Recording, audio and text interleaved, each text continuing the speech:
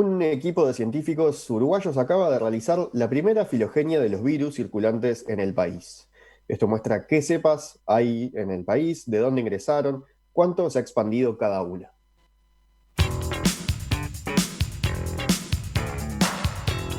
¿Cuáles son las conclusiones de este estudio? ¿Qué armas le pueden dar a la ciencia uruguaya, al gobierno para tomar medidas?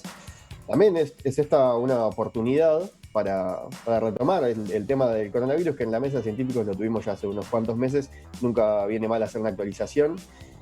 Por eso retomamos el espacio apenas una semana después de haber tenido una mesa de científicos en la que, como siempre, nos acompaña Héctor Musto, doctor en ciencias biológicas, coordinador de este estudio que abarcó a todos los laboratorios con capacidad de secuenciar y armado de filogenia. Héctor, ¿cómo andás? Hola, ¿cómo te va? ¿Todo Muy bien? buenos días. Me pareció una buena idea la de poder poner a punto este esfuerzo del cual de repente podemos hablar un poquito más en detalle. Sí, ahora los termino de presentar y ya vuelvo contigo, porque también nos acompaña Diana Mir, que es doctora en ciencias, especialista en evolución viral, profesora grado 2 del Centro Universitario Regional del Litoral Norte, investigadora grado 3 del PDCIVA. Diana, buenos días. Ahí tenés el micrófono. Ahí está, buenos días. Buen día a todos. Gracias. Gracias a ti. También está con nosotros Gonzalo Bello Bentancor, doctor en Ciencias Biológicas, investigador en Salud Pública del Instituto Osvaldo Cruz de Río de Janeiro, que tiene experiencia en los campos de virología, de virología, de biología molecular. Gonzalo, ¿qué tal? ¿Qué tal? Buen día a todos. Muchas gracias por la invitación. Muchas gracias a ti también. Y además nos acompaña Gregorio Iraola, que es doctor en biología, responsable del Laboratorio de Genómica Microbiana del Instituto Pasteur de Montevideo, investigador grado 3 del PDCIVA. Gregorio, ¿cómo andás? Buenos días a todos. ¿Todo bien? Muchas gracias también por la invitación. Muchas gracias a ti, muchas gracias a todos ustedes. Héctor, como decía yo hace un ratito con Emiliano, vos nos escribiste así un mail que decía mesa de científicos medio urgente, planteando este tema. Pero además me interesa introducir contigo, comentar un poco por qué elegiste esta formación, ¿no? Este trío que siempre decís, no, me encantaría poner más gente. En este caso tiene también un motivo de que son profesionales que están en distintas áreas de geográficas incluso, ¿no? Sí, bueno, como siempre, sí es cierto eso. Resulta un poco complicado elegir quiénes son los que van a estar, porque en todo lo que se hace en Uruguay siempre son equipos grandes, multidisciplinarios en muchos casos, etcétera, pero interesaba primero que vinieran tres colegas que efectivamente estuvieron trabajando tanto en la generación de las secuencias como en la filogenia, y digamos, de los virus circulantes en el Uruguay en el momento en el cual se la hizo. Sobre eso seguramente los colegas se van a expresar más adelante, porque es una foto congelada al momento en el cual se pudo analizar. Digo, quizás hoy en día haya algunas cosas que hayan cambiado. Y aparte me interesaba también el hecho de mostrar, digamos, que en esto se está trabajando y se lo hizo en una forma que involucrara a diversas instituciones. Digo, Diana, por ejemplo, está en Salto, en Esanur, en Salto, el Goyo, Gregorio Iraola, perdón, trabaja en el Instituto Pasteur, y Gonzalo es uruguayo, se formó acá, pero está desde hace años radicado en el Instituto Osvaldo Cruz, ahí en Brasil, y dio una mano enorme para esto. Entonces era como juntar gente con diversas formaciones, con diversos estudios, con diversas experiencias, para mostrar ese esfuerzo que se hizo y sobre todo para discutir las conclusiones que se pueden llegar a sacar, o si se pueden hacer algunas predicciones o no, sobre todo en este momento en el cual, como todos sabemos, de la bajada en la cual veníamos, bueno, está habiendo un repunte y bueno, es importante que todo el mundo maneje, digamos, en particular el gobierno, digo, pero la gente en general, que esté manejando la información lo más al día posible. Entonces, por eso fue que me pareció importante hacer una mesa, digamos, especial dedicada al tema este. Vos coordinaste el estudio, pero no participaste directamente, ¿no? No, a mí como veterano de la vuelta, y bueno, porque varias de las personas pasaron por mi laboratorio, etcétera, de hace años que estoy trabajando en genómica. Simplemente un día me pidieron, tanto el presidente de la Academia de Ciencias como la prorectora y el rector de la universidad, si me animaba a dar una mano en el sentido de coordinar los esfuerzos, porque hay varios grupos en el Uruguay que tienen capacidad de secuenciar con distintas metodologías, pero que de hecho pueden secuenciar, y bueno, todo el mundo, lógicamente, dada la situación, arrancó con generar las secuencias. Si yo me animaba a, bueno, intentar ponerlos en contacto entre todos ellos, más allá de que, por supuesto, en un ambiente chico como el nuestro no nos conocemos todos, de forma tal de unificar la información que estaba viniendo de los diversos laboratorios para generar un informe único que se le base tanto a la universidad, a la Academia de Ciencias, pero particularmente le llegase al gobierno como para que tome las medidas que entienda necesarias, como siempre se está diciendo últimamente, en base a evidencia científica, no en base a me parece, me dijeron. Digo, el resultado de la filogenia robusta, o sea, sabemos que, digamos, al menos para el momento en el cual se le hizo esto, es así. Entonces, con ese objetivo fue que, bueno, que me plantearon a mí. Yo no participé, no secuencié, no hice la filogenia. Lo único que hice fue como de puente entre grupos, y después coordiné y participé un poquito en la redacción, pero nada más. Digo, había el mérito de todo el trabajo lo tienen otros colegas, entre los cuales lamentablemente acá hay pocos, pero son unos cuantos colegas de varias instituciones: Clemente Estable, Facultad de Ciencias, el Instituto Pasteur, bueno, Salto, abarcando todo el norte, instituciones privadas, Ministerio de Salud Pública. O sea, hay en la firma del informe figura todo el mundo que de alguna forma participó en esto, y son 50, 60 colegas que de alguna manera estuvieron trabajando en esto. Yo algo decía en la introducción, pero me parece que estaría bueno, y ya les paso la pelota a los invitados, pero capaz vos, Héctor, podés hacer una breve definición de qué es un estudio de filogenia. Bueno, acá podemos ponernos en muy estrictos, o usar digamos, hacer una explicación media como intuitiva. En realidad, el concepto de filogenia viene del propio Darwin, que en definitiva, y siendo bien claro y esquemático, y quizá cometiendo algún error, es hacer una especie como de árbol, ¿verdad? En el cual las ramitas que se van separando, o sea, los organismos que se parecen más, tienden a estar más cerca en ese árbol. Digamos, como pusimos en algún informe por ahí, es obvio que un ser humano y el chimpancé están mucho más cercanos, yo que sé, que un perro, y el perro está mucho más cerca del lobo que de un gato, digamos. Entonces vos vas armando un árbol, y esos árboles, digo, que en definitiva es lo más parecido, evolutivamente está más cerca, se puede hacer en base a morfología, en base a fisiología, en base a anatomía comparada, etcétera. Y hoy en día, desde que se aprendió a secuenciar, se han desarrollado, a secuenciar el material genético, sea ADN o ARN, se puede hacer y se hace, digamos, en base a herramientas moleculares. O sea, una filogenia es eso, es establecer parecidos en base, en este caso, a lo que tiene que ver con el material genético que caracteriza a este virus, que es el ARN. Digamos, una filogenia sería eso. Quizá algún colega pueda corregirme un poquito más, pero digo, creo que en términos intuitivos es algo muy similar a esto. A ver si alguno lo quiere corregir o va por buen camino. Me pareció muy buena la explicación. Tal vez también, para dar un ejemplo, sería como armar una genealogía. En general las genealogías son fáciles de entender. Tenemos ahí cómo se originó una familia, por ejemplo, padres, abuelo, padre, hijo. Entonces ahí tenés relaciones evolutivas dentro de una misma familia. Lo podemos hacer también con las secuencias virales y ver las relaciones evolutivas entre esos virus. Diana, ya que vos tomaste la posta, te pregunto vos, entonces, participaste de este estudio desde Salto, ¿no?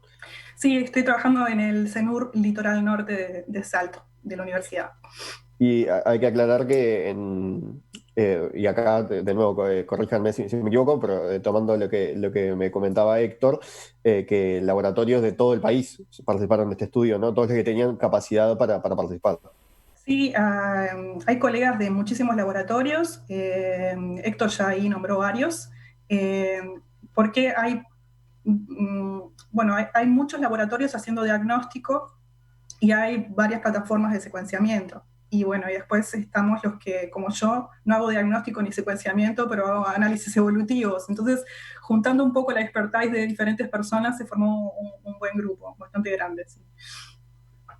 Gonzalo, vos te sumaste desde el exterior. Sí, me sumé del exterior porque entendíamos que la frontera Brasil-Uruguay iba a ser un punto complicado en este proceso y como parte de un consorcio justamente para hacer una vigilancia genómica de frontera. Lo habíamos pensado en ese sentido y de hecho ya en el mes de mayo y junio han aparecido algunos brotes importantes, como el caso de Rivera, el caso de 33, que nos mostraron que realmente ese iba a ser un punto crítico, ¿no? Para el control de la epidemia en Uruguay. Y Vos te sumaste entonces antes de que se dieran estos brotes, ¿no? Ya previendo que se podían dar. sí, antes porque bueno, tengo una colaboración con Diana, con Ronda y Colina del CENUR Norte, también con el grupo de la Unidad de Bioinformática del Instituto Pasteur de Montevideo. Teníamos colaboraciones y cuando surge esta idea, eh, parecía importante para entender lo que estaba pasando en Uruguay, sobre todo en la región de frontera, entender lo que está pasando en Río Grande del Sur. Y el Instituto Osvaldo Cruz, donde yo trabajo, hace una vigilancia genómica de varios estados brasileños, incluyendo Río Grande del Sur. Entonces, por ahí armamos un proyecto que justamente intentaba entender y detectar esos casos de transmisiones binacionales, ¿no? Transmisión transfrontera del virus. Entonces, la idea la armamos en marzo. Y bueno, no pasó mucho tiempo hasta que efectivamente comenzaron a aparecer brotes en la región de frontera. Gregorio, en tu caso ahí desde el Pasteur, ustedes ya habían estado trabajando en la secuencia genómica del coronavirus, por ejemplo, ¿no? Y bueno, nosotros en realidad en nuestro laboratorio se dedica a trabajar en genómica de microorganismos, pero concretamente estábamos trabajando sobre todo más en bacterias y en virus que están relacionados a- al microbioma humano, pero gracias a eso habíamos ya desde hace un tiempo puesto a punto algunas técnicas de secuenciación, sobre todo, que nos permitieron en este caso responder rápidamente y, y trasladar esa experiencia que habíamos generado para aportar en la secuenciación, en este caso, del coronavirus y bueno, un poco también tratándonos de anticipar a lo que parecía que iba a suceder. En febrero nosotros adquirimos algunos de los reactivos que eran necesarios para realizar la secuenciación y fue por eso que, bueno, en cuanto tuvimos acceso a muestras positivas de los casos que empezaron a aparecer en Uruguay, fue que comenzamos con aquel trabajo que involucró secuenciar 10 genomas de los casos que se reportaron durante la primera semana de epidemia en Uruguay. Y, y así continuamos hasta, bueno, hoy en día, de hecho, estamos ahora involucrados en secuenciar algunos de los casos que están asociados a este último brote de la América uruguaya y seguiremos generando datos a medida que sea necesario. Bueno, y ahora les propongo algo quizás que es un poco un desafío, ¿no? Pero para bajar a tierra estos conceptos ya más o menos los estuvimos introduciendo, estuvimos comentando qué es lo que han estado trabajando ustedes. ¿Por qué es importante esto? ¿Por qué es importante esto de secuenciar, de armar esta especie de genealogía del virus? ¿Qué es lo que le da lo que les da a ustedes o lo que le da a las personas que después van a tomar decisiones políticas, ¿no? Como armas, como herramientas para seguir combatiendo el virus. No sé quién quiere empezar. ¿Gonzalo? Sí, yo creo que el mapeamiento de la diversidad genética, como le llamamos, te da justamente eso, te da un mapa. Imagínate que es como navegar teniendo un aplicativo de Google Maps o sin aplicativo por una ciudad. Entonces, cuando vos tenés bien mapeada la diversidad genética del virus que está circulando y tenés una situación de epidemia controlada, como es el caso de Uruguay, la vigilancia genómica en tiempo real, ¿ah? Que es algo que todavía no se ha conseguido en Uruguay, esto es una cosa importante que me gustaría destacar, le permite a los epidemiólogos y al Ministerio de Salud entender mucho mejor dónde están situados. Lo que se ha hecho hasta ahora es intentar entender los brotes que se han producido en el Uruguay. Pero siempre estamos trabajando temporalmente atrás del virus, ¿verdad? Tenés el brote y se hace la vigilancia genómica. Eso te permite entender cómo se originó, cómo es la dinámica, pero de alguna forma estás reconstruyendo algo que pasó. La vigilancia en tiempo real, que implica vos estar secuenciando virus al mismo tiempo que están siendo diagnosticados y mapeando genéticamente la diversidad, te permitiría entender inmediatamente el surgimiento de nuevos brotes, cómo ocurre. Y no solo reconstruir los brotes que ya están ocurriendo. Entonces, para mí, básicamente, en una epidemia fuera de control, la vigilancia genómica es una herramienta mucho más limitada, ¿no? Por ejemplo, acá en Brasil, donde tenés millones de infectados, es imposible vos acompañar molecularmente el paso de la epidemia.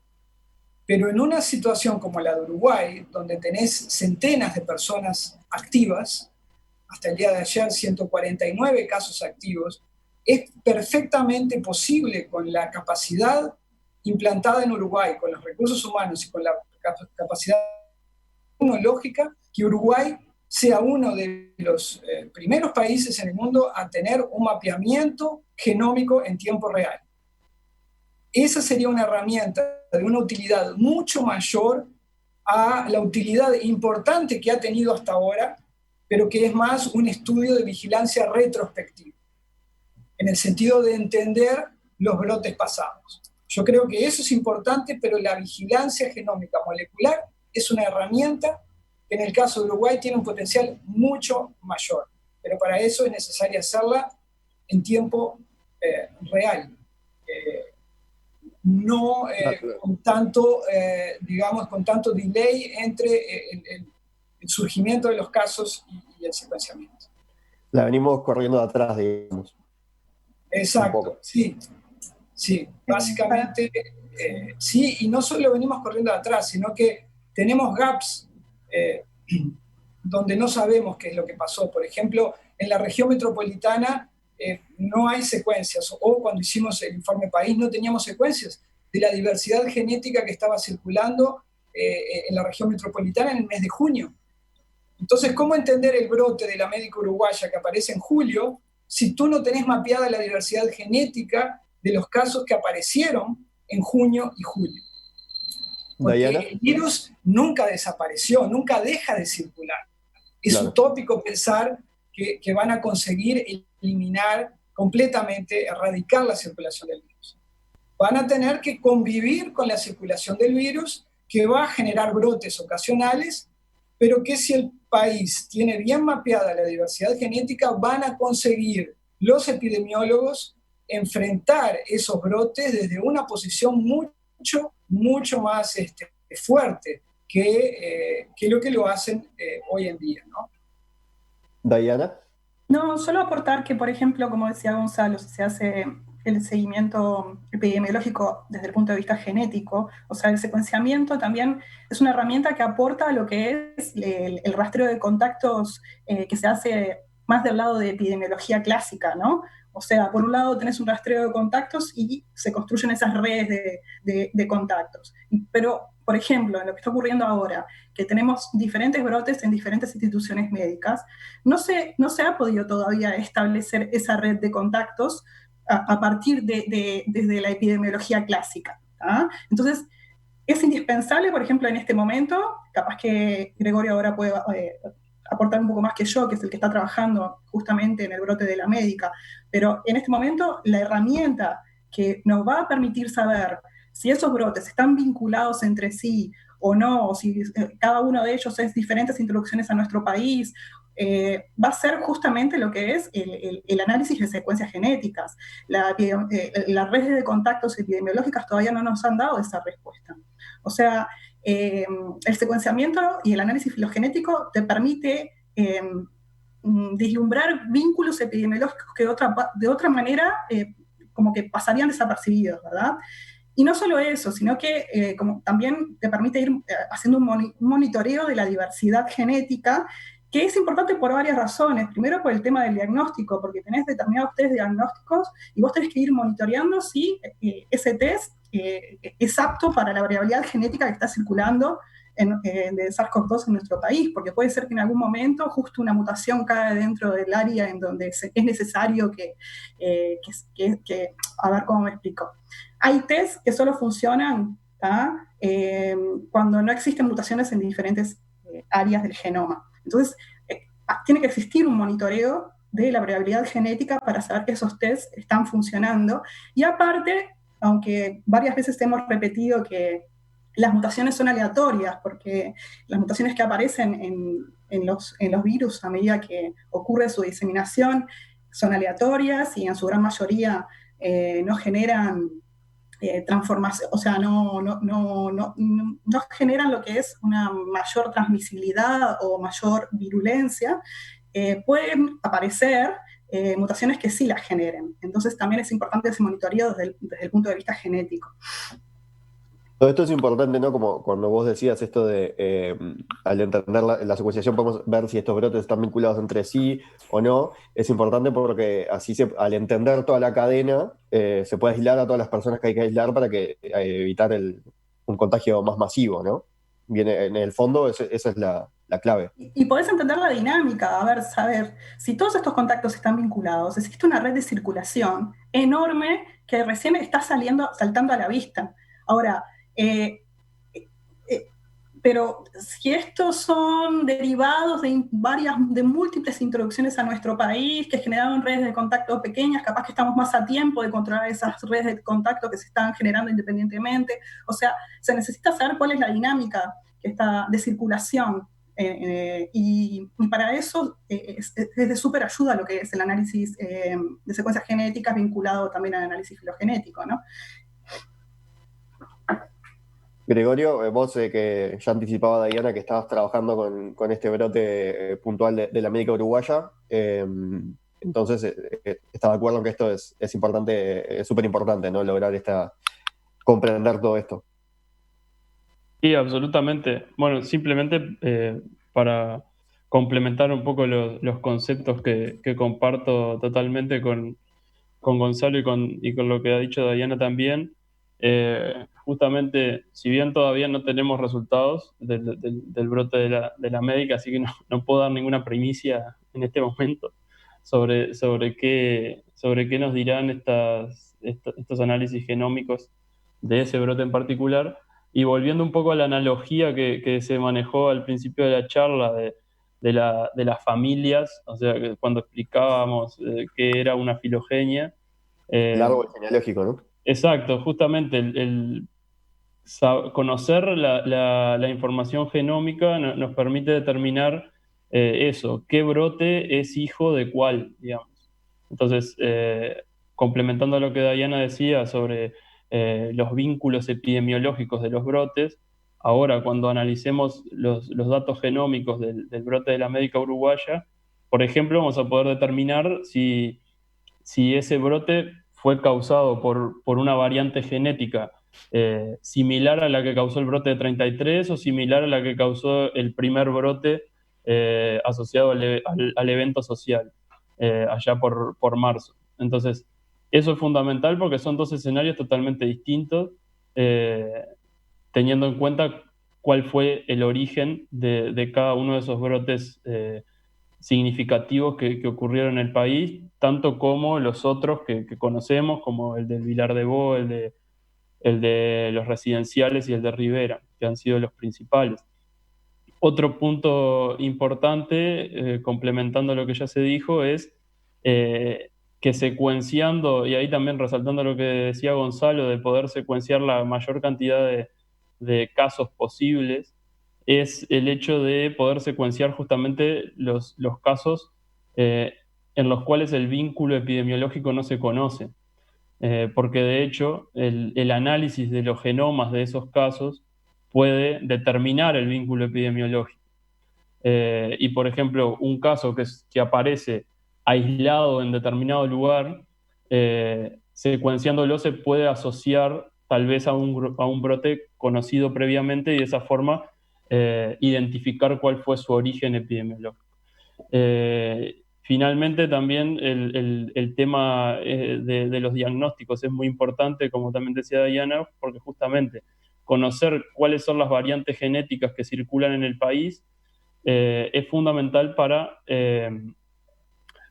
corroborar que los ensayos diagnósticos por la técnica de PCR que han sido implementados aquí en el país, que también están basados en la detección de una región del genoma del virus.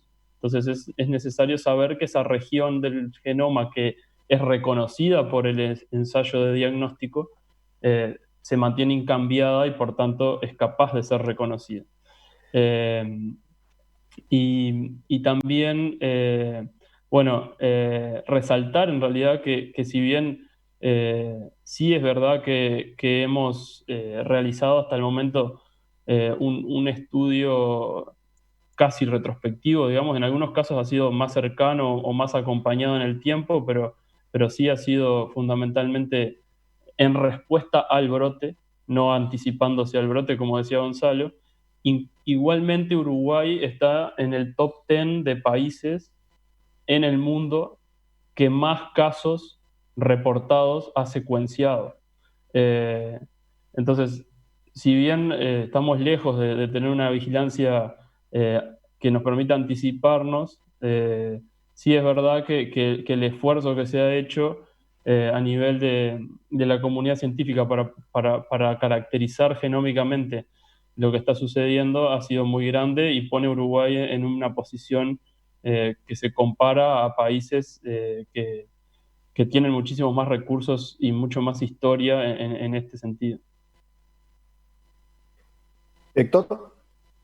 No, digo, una pregunta a los colegas, ¿no? Recién se planteaba, digamos, que es obvio que cuantos más rápidamente estemos secuenciando, digamos, es mejor como para ir siguiendo, digamos, como creo que era Gonzalo que lo decía, en tiempo real, digamos, la dinámica digamos, del coronavirus en el país. Una pregunta técnica, porque creo que es bueno que la gente la sepa también. ¿Qué capacidad tenemos en el país en el sentido de decir, por ejemplo, por tomar una unidad de tiempo arbitraria, ¿no? que podría ser menor, podría ser mayor, pero digamos, pero por semana en el Uruguay, ¿cuántos virus podríamos nosotros estar incorporando a la base de datos de la cepa que están circulando? Digo, porque eso supongo yo que, o sea, en la medida en la cual hay varios equipos trabajando con distintas plataformas, con distintas Y metodologías, ahí, bueno, ahí está. Sí, sí, al sí. menos yo puedo hablar, digamos, por la capacidad instalada nuestra, digamos. Obviamente que están el resto de los grupos, pero no me atrevería a hablar por el resto de la gente. Pero creo que estamos de acuerdo que tenemos capacidad para estar aportando algunas decenas de genomas semanales, tal vez, si lo quisiéramos y lo pudiéramos implementar de forma de forma coordinada. Pero bueno, hay varios aspectos de todo de todo el flujo de trabajo, que también hay algunos cuellos de botella, como es la llegada de las muestras, hay aspectos previos a la secuenciación en sí misma que también son importantes, que son ensayos con las muestras propiamente dichas, y después, obviamente, posteriormente, lo que es el análisis e interpretación de esos datos. Sí, complementando lo que dice Gregorio, en Uruguay han estado más o menos por los 200 o 250 diagnósticos por mes, ¿no? Entonces supongamos ahí algo como 50 genomas virales por semana. Si se consideran las plataformas del Instituto Pasteur, de la Facultad de Ciencias y del IPSE, yo creo que perfectamente es posible 50 genomas virales por semana. Estaríamos... Perdóname, Gonzalo, sí. ¿Y eso sería suficiente como para tener no solamente... Tendrías mapeado más del 90% de los casos.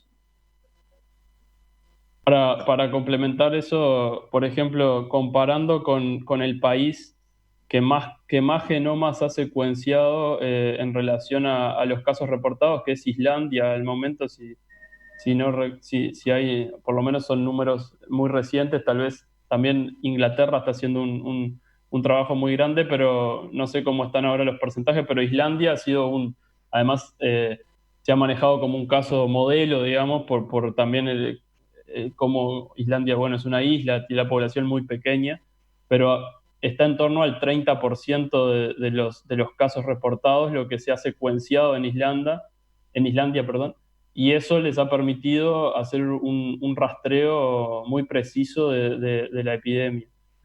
Así que, bueno, Sí. Uruguay hoy en día debe andar alrededor del 10% de los casos reportados. Es que yo creo que Uruguay tiene la capacidad, tiene los científicos, los recursos humanos, y no estamos hablando, Gregorio me puede corregir, pero supongamos un costo medio de $50 por genoma, sería algo así como $10.000 por mes. Un país, esto no puede ser un proyecto por el costo de un único laboratorio, ¿no? Sería muy costoso para un único laboratorio mantener ese servicio, pero si es una decisión política, para el país una inversión de $10.000 por mes, para el retorno que puede tener para el control de la epidemia, yo creo que es una inversión altamente rentable, desde mi punto de vista. Por poner un ejemplo práctico, de uno de los informes que el equipo de Gregorio hizo sobre los casos de los brotes de abril. Lo que ellos mostraron con el análisis genómico es que los brotes del Vilar de Bo y de los residenciales, que epidemiológicamente eran considerados brotes separados, en realidad son parte de un único brote que hubo en la región metropolitana en el mes de abril. El virus que circuló en el Vilar de Bo fue el mismo virus que se diseminó en los residenciales y que probablemente afectó a otras personas no vinculadas al Vilar de Bo o a los residenciales. Entonces, eso te demuestra que el poder que te da, el poder de resolución que te da este tipo de estrategias, en el sentido de decir, miren, esto no son dos cosas distintas, esto es parte de lo mismo y lo tienen que tratar como tal.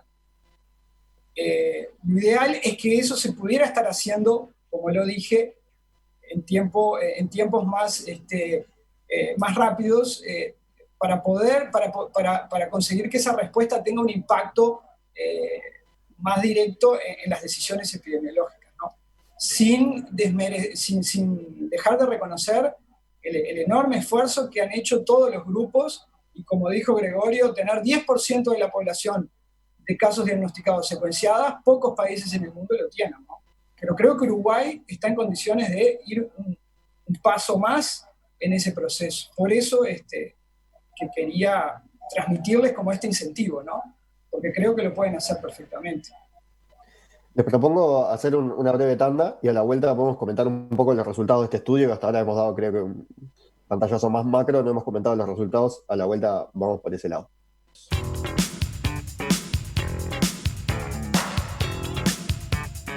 Nos acompañan Héctor Musto, Diana Mir, Gonzalo Bello y Gregorio Iraola. Héctor, me parece importante hacer una pequeña aclaración, que nosotros me acuerdo que lo charlamos contigo en abril, hace poquito que se había decretado la emergencia, que era el tema de, estamos haciendo mucha mención de distintos tipos de virus, ¿no? El tema es que es un virus, este COVID-19 es un virus de ARN, ¿no? Y que eso implica que hay modificaciones y por eso el seguimiento es tan difícil, entiendo yo, ¿no? Por eso se dan tantos cambios. A ver, siendo muy, muy breve, o sea, el material genético en todos los organismos de bacterias para arriba es ADN de doble hélice, eso que hemos visto todos en secundaria.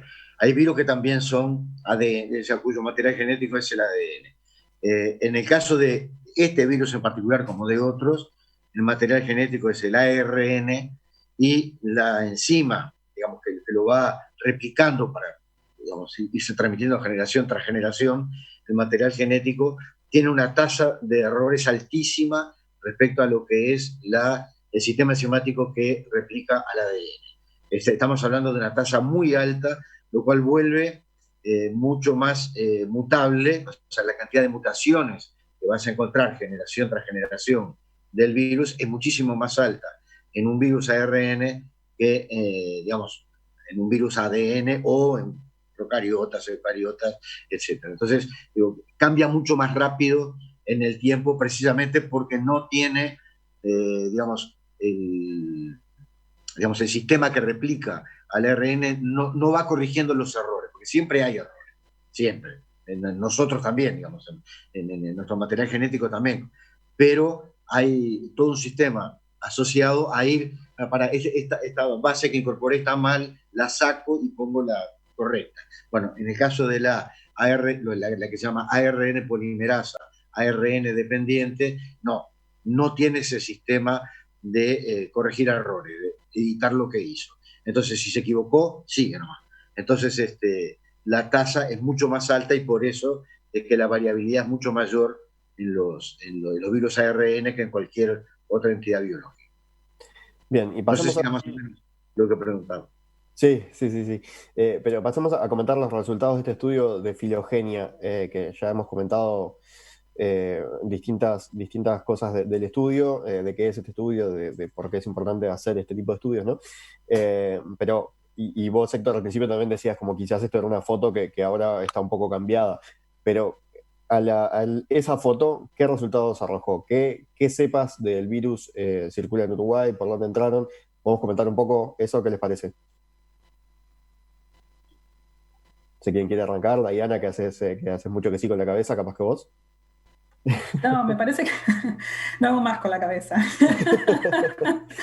Me parece que para comentar un poco eso, tal vez hacer algunas definiciones previas de que en realidad la diversidad a nivel global se clasifica en linajes, ¿tá?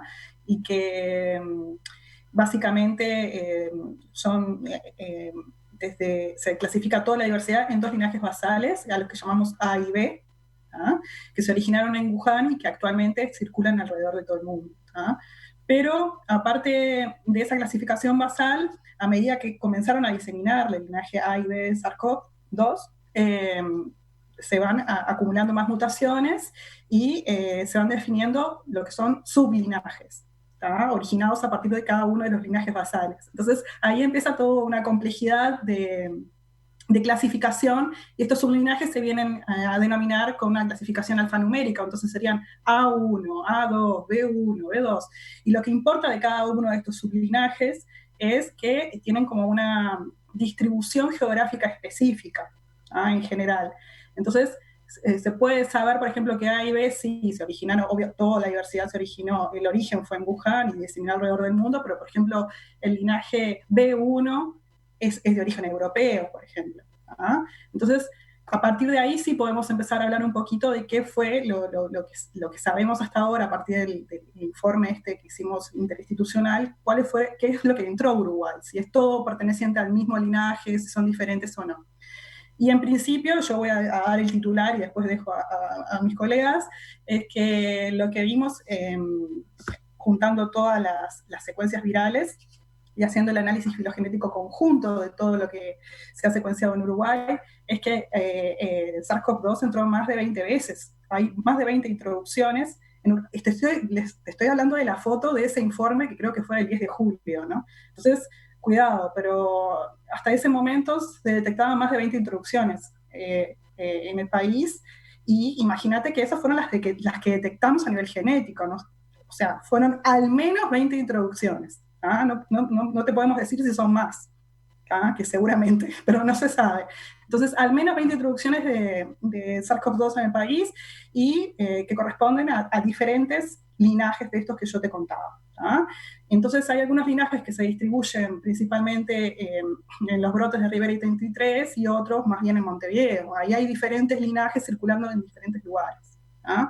Y bueno, no sé, te dejo con Gregorio si querés que te explique un poco más lo del tema de los brotes más vinculados a Montevideo, que fue él y el equipo de él que trabajaron con esos brotes, y Gonzalo y yo estamos más vinculados al análisis de los brotes del interior del país. Y ahí te contamos un poco cuáles fueron los linajes que entraron y de dónde. Bueno, sigamos a ese orden entonces, Gregorio, empezamos contigo. Bueno, gracias, Diana. Sí, básicamente una cosa ya interesante que nosotros encontramos al analizar esos primeros 10 casos que eran, o sea, son genomas secuenciados a partir de casos que se reportaron en la primera semana a partir del 13 de marzo, cuando se encontraron los primeros casos en Uruguay, es que ya en ese momento, con eso que secuenciamos, que eran solamente 10, determinamos 3 introducciones distintas, o sea que ya en ese momento temprano de la epidemia en Uruguay, ya había múltiples introducciones del virus al país, lo cual también, comparando con lo que sucedió en otras regiones, era algo esperable, digamos, eh, porque también en ese momento las fronteras todavía no estaban cerradas ni nada por el estilo. Y bueno, después, continuando con lo que es la línea temporal de los brotes que se reportaron, eh, pudimos determinar que justamente los brotes del Hospital Vilar de Bo y de los residenciales fueron causados por una introducción distinta del virus a lo que había sido el brote del evento social inicial, ¿sí? Pero que a su vez esos dos últimos, del Hospital Vilar de Bo y de los residenciales, estaban relacionados entre sí epidemiológicamente, porque el virus, desde el punto de vista genético, que había sido secuenciado de casos de esos dos brotes, era idéntico. Entonces, eso hace concluir que esos dos brotes estaban relacionados, pero que no estaban relacionados con el previo. Y bueno, y ahí también habíamos secuenciado algunos casos puntuales que no estaban asociados a brotes, que de hecho pertenecían a sublinajes independientes. Por tanto, de esa forma pudimos concluir que esos casos puntuales no asociados a brotes representaban otras introducciones que por alguna razón no terminaron propagándose aparentemente tanto como las que sí fueron responsables de los brotes que mencionaba anteriormente. Y bueno, también después continuamos con la secuenciación de algunos genomas del brote de Rivera, que fue también analizado y trabajado por varios grupos, pero ahí les paso la posta a Gonzalo o a Diana para que comenten más de eso, que básicamente también hay otra nueva introducción del virus distinta a la de los casos que estaban asociados a los 3 brotes que mencioné yo: evento social, Vilar de Bo y residencial. Gregorio, o sea, pasando en limpio, pues, este trabajo de ustedes, por ejemplo, pudo descartar que estos casos independientes que se encontraban, que no hubiera circulación comunitaria, ¿no? Que estaban vinculados con otras introducciones y no eran parte de todo el mismo brote que se había extendido fuera de control, ¿verdad? Bueno, el tema de la circulación comunitaria es como una definición media amplia, ¿no? Porque circulación comunitaria puede haber en todo momento, nada más que puede ser mayor o menor. De hecho, una vez que los virus fueron introducidos al país y seguramente las introducciones mayores se dieron durante la primera etapa, una vez que se cerraron las fronteras, si bien siguió habiendo ingreso de personas, porque bueno, por distintas condiciones y en distintas circunstancias lo hubo, se espera que esas introducciones hayan sido en menor medida. Pero sí, eh, por ejemplo, los casos estos que nosotros identificamos como aislados, digamos, que no están asociados a un brote mayor, pueden representar eh, introducciones cuya circulación comunitaria fue muy baja, o al menos no se detectó asociada a un evento de una magnitud considerable. Bien, y Gonzalo y Pero Diana, puedo que ustedes... agregar algo únicamente solo para Sí, a ver claro.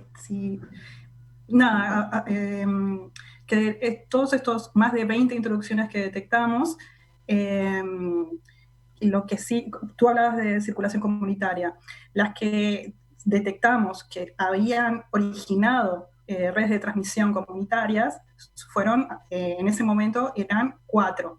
Las dos que acaba de explicar Gregorio, más vinculadas a Montevideo, más la de Rivera y 33. Entonces, ahí sí fue que detectamos la circulación local o comunitaria. ¿Ah? Entonces, el resto de las introducciones, como explicaba Gregorio, capaz que no tuvimos el alcance como para detectar circulación comunitaria con este 10% de secuencias que tenemos a partir del total de muestreo, pero muy probablemente la mayoría de estas sean introducciones, como se dicen, esporádicas, que no generan nuevas infecciones una vez que fueron introducidas al país. Bien, y eso está bueno porque a medida te da una idea de cómo estuvo bien controlada la situación, o sea, se detectó esa entrada y se adoptaron medidas sanitarias que permitieron controlar esa entrada y que no hubiera nuevas infecciones a partir de esa introducción. ¿Ah? Sí, eso, para agregar algo más simplemente sobre eso, que ahí se muestra bien cómo la genómica en este caso complementa lo que es la vigilancia epidemiológica y la identificación y aislamiento de contactos, porque si uno estudia los brotes, los 4 primeros brotes que sucedieron, los mayores, el del evento social, Vilar de Bo, residenciales y Rivera, ve que analizando las redes de contagio, ahora no hablando de genómica, sino simplemente el trazado epidemiológico, el famoso hilo epidemiológico de los brotes, ve que la mayoría de los contagios, más del 50% de los contagios en cada uno de esos brotes, se cortaron en la segunda generación. Es decir, que la persona que originó el brote, que se denomina el caso índice, contagió a una segunda ronda de personas, pero luego de esa segunda ronda, en el más del 50% de los casos, no hubieron contagios. O sea que los brotes se cortaron, la circulación, las cadenas de transmisión domésticas se cortaron efectivamente eh, en la mayoría de los casos en la segunda generación, que eso es muy bueno para el control de los brotes. Y es lo que refleja tal vez que haya justamente también presencia de casos secuenciados que no están asociados a brotes, porque tal vez fueron justamente introducciones que, como dice Diana, no lograron contagiar a otros, porque estaban aislados o porque fueron correctamente identificados y de esa forma fue evitada la transmisión. Bien, estamos ya bastante pasados de la hora, pero me queda una pregunta que quizás se la haga Gonzalo, que es el que falta hablar ahora en esta tanda, que es si en todo este estudio de filogenia se encontraron cepas, en esto que hay distintas cepas, distintos tipos, ¿no? Cepas más agresivas, por ejemplo, que otras, o más mortales, o en el comparativo porque también se habla de que hay países en los que hubo más mortalidad que otros, ¿no? ¿Qué encontraron ustedes en ese sentido acá en Uruguay? Bueno, no, hay una cepa que es la que actualmente tiene mayor distribución pandémica, ¿tá? Que se conoce como la cepa B.1. Es una cepa de origen europeo, fue la que más se diseminó en Europa y a partir de ahí también al resto del mundo, que tiene una mutación en una proteína que es el spike viral, y algunos trabajos sugieren que este virus podría ser más transmisible. ¿Ah? Ese es el virus que originó el brote en Largo, el brote en los residenciales, es parte del mismo brote. También es el mismo linaje que circula en Brasil y que fue introducido y generó los brotes de Rivera y de 33. Sin embargo, esos brotes se consiguieron controlar. Entonces, es discutible el impacto desde el punto de vista epidemiológico que esa mutación realmente tiene. Creo que faltan estudios para definir si algunas de estas, esa y algunas de las otras miles de mutaciones que están siendo observadas en la epidemia tienen un impacto efectivo en la transmisión o en la virulencia. Por el momento yo diría que no hay ninguna evidencia sólida que el virus que circula ya está suficientemente bien adaptado para ser transmitido en humanos. No veo que necesite de nuevas mutaciones para se transmitir más, porque ya se transmite muy bien. Y mutaciones que lo hagan más virulento serían desde el punto de vista selectivo desventajosas para el virus, porque la idea es que el virus cuanto menos virulento, mayores son las oportunidades de diseminarse en una población. Entonces yo creo que para responder brevemente a tu pregunta diría que no hemos observado y tampoco el estudio estaba diseñado para medir asociaciones entre mutaciones y virulencia o mortalidad en la población uruguaya. Héctor, ¿te parece si pasamos raya? Bueno, sí, en primer lugar quiero agradecerles a los colegas que participaron en esto, más todos aquellos que no pudieron estar, pero que sí fueron parte del estudio. Segundo mensaje, digo, cómo acá en el país tenemos tanto la capacidad humana como la capacidad técnica como para realizar estos estudios, que hay que seguirlos haciendo, digo, porque esto es algo que va para largo, en mi opinión. Lamentablemente no soy muy optimista, así que esto hay que seguirlo haciendo, seguir trabajando en conjunto. Y en tercer lugar, un llamado, digo, como se decía recién, más allá de que si son $10.000 por mes, $20.000, $30.000, $40.000 por mes, como para estar al día con la secuencia, no es una cifra descomunal para ningún gobierno. Digo. Eso, nada, es una cifra que no existe, ¿verdad? Y hasta ahora mucho del esfuerzo se ha hecho por, digamos, inversiones que ha hecho el propio Instituto Pasteur, el Clemente Estable, la Facultad de Ciencias y no el gobierno. Y entiendo que el gobierno debería sí generar un fondo, ¿verdad? Como para los grupos que están haciendo la parte más costosa de esto, que es efectivamente secuenciar, o sea, que exista un fondo. Entonces yo quisiera terminar con un llamado a que se genere este fondo que les dé oxígeno a todos los colegas que están efectivamente secuenciando, que están habilitando a estas conclusiones que los colegas explicaban también. Y yo con eso cierro. Bueno, entonces les agradezco mucho a Gonzalo Bello Bentancor, a Diana Mir, a Gregorio Iraola por su participación esta mañana, y a vos también, Héctor, como siempre, un gusto y te mando un abrazo. Bueno, nos vemos. Gracias. Gracias. Bueno, gracias a todos. Chao, buenas tardes. Hasta luego.